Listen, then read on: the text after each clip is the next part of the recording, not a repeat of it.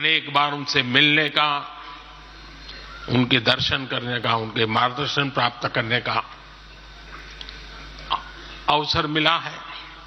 कुछ ही महीने पहले ऐसा ही मन कर गया था, मेरे प्रवास कार्यक्रम को बदल करके बहुत सुबह सुबह मैं उनके पास पहुंच गया था। तब पता नहीं था कि मैं दोबारा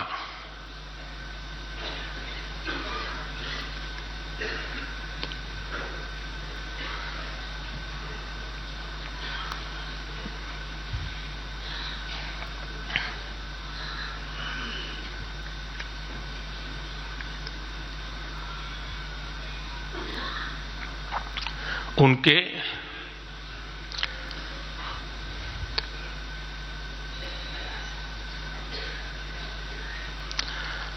दर्शन नहीं कर पाऊंगा।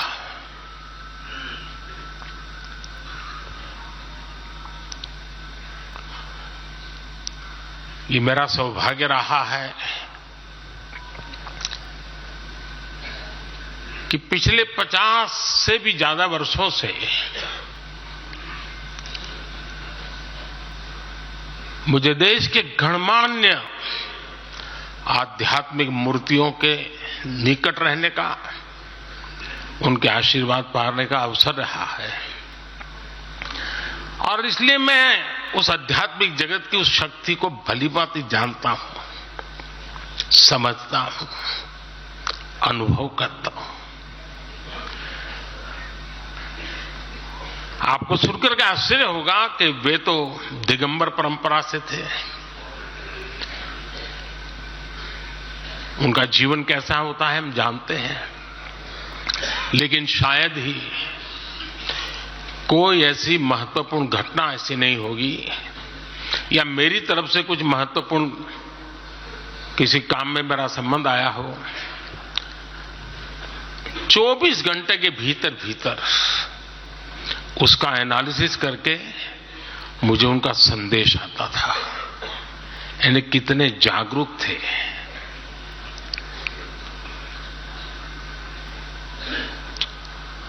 और अपनी विराट आध्यात्मिक यात्रा और उसके बाद भी वो हम सबको हमेशा प्रेरणा देते रहे हैं। जीवन भर उतनी सौम्यता के साथ उनका लोगों को मिलना, उन्होंने हमारे युवाओं को परंपराओं से जोड़ा, गरीबों तक शिक्षा और स्वास्थ्य की सुविधाएं पहुंचाई। उनका पूरा जीवन उस व्यक्ति के लिए प्रेरणा जैसा है जिसने गरीबों और वंचितों के लिए काम करने का संकल्प लिया है। आज जब भारत प्रगति के पथ पर आगे बढ़ रहा है, मुझे विश्वास है कि उनके सिद्धांत और उनका आशीर्वाद ऐसे ही भारत भूमि को प्रेरणा देता रहेंगे। साथियों, पिछले 10 वर्षों में भारत ने जो गति हासिल की है, बड़े लक्ष्यों को प्राप्त करने का जो हौसला पाया है, यह अभूतपूर्व है साथियों। और इसलिए नहीं कि मैं कह रहा हूं, दुनिया गाजे बाजे के साथ बोल रही है। भारत ने आज हर क्षेत्र में जो ऊंचाई हासिल की है, उसने हर देशवासी को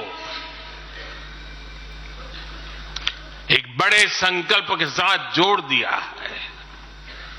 और ये संकल्प है विकसित भारत का। अब देश न छोटे सपने देख सकता है और देश न अब छोटे संकल्प ले सकता है। सपने भी विराट होंगे, संकल्प भी विराट होंगे। और ये हमारा सपना भी है, हम सबका संकल्प भी है कि हमें भारत को विकसित बनाना है और इसमें अगले 5 वर्षों की बहुत बड़ी भूमिका होने जा रही है। अगले 5 साल में भारत को पहले से भी कई गुना तेजी से काम करना है। अगले 5 साल में हमें विकसित भारत की तरफ एक लंबी छलांग लगानी है।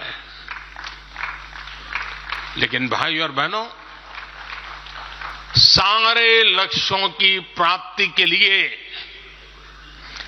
पहली शर्त है सरकार में भाजपा की जोरदार वापसी।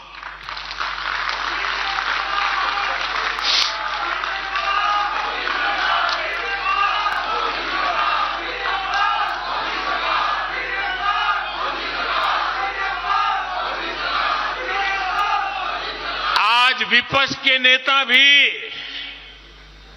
एनडीए सरकार 400 पार के नारे लगा रहे हैं।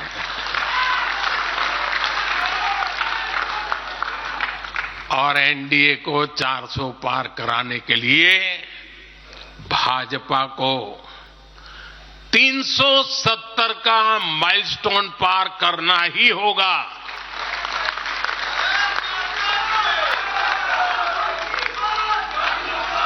साथियों, कई बार लोग मुझसे कहते हैं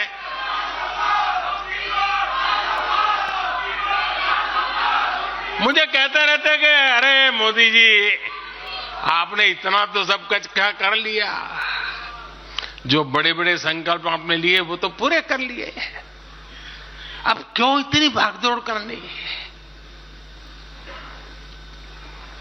साथियों, पूरा देश मानता है 10 साल का बेदाग कार्यकाल और 25 करोड़ लोगों को गरीबी से बाहर निकालना ये सामान्य उपलब्धि नहीं है।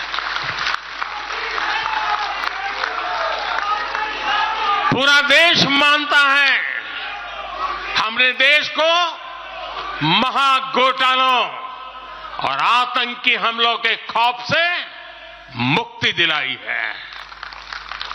पूरा देश मानता है हमने गरीब और मिडिल क्लास का जीवन बेहतर करने का प्रयास किया है। लेकिन जो लोग सोचते हैं कि अब बहुत हो गया, ऐसा सोचने वालों को मैं एक पुरानी घटना जरूर बताना चाहूंगा। एक बार एक बहुत बड़े नेता मुझे मिले, मेरे प्रधानमंत्री पद के दूसरे कार्यकाल पे। बोले, मोदी जी, प्रधानमंत्री बनना बहुत बड़ी बात है, आप बन गए। आपने इतने दशकों के संगठन का भी काम कर लिया, मुख्यमंत्री के रूप में भी इतना लंबा समय रह चुके, प्रधानमंत्री में भी दोबारा आ गए। अब इतना काम पा लिया है, अब तो थोड़ा बैठो, आराम करो, बहुत कर लिया।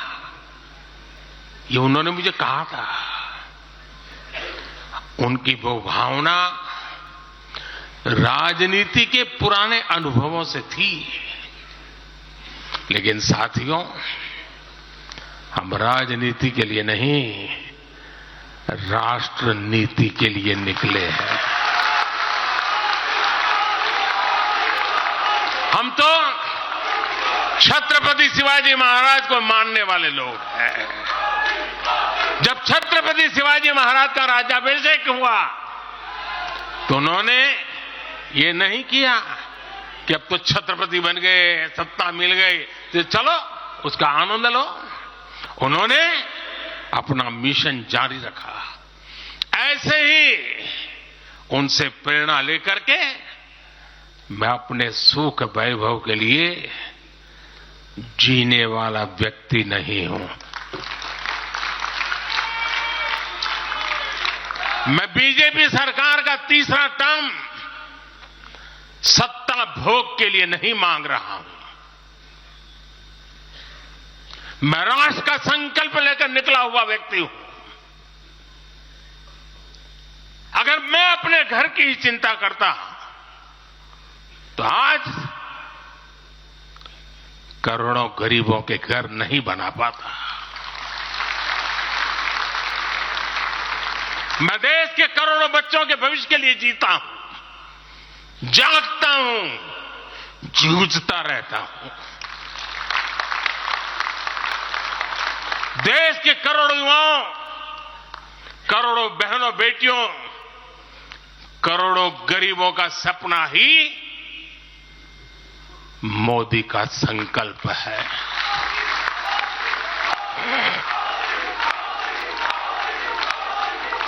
और इस संकल्प की पूर्ति के लिए ही हम सब सेवा भाव से दिन रात एक कर रहे हैं। 10 वर्षों में हमने जो हासिल किया, साथियों, वो तो एक पड़ाव मात्र है।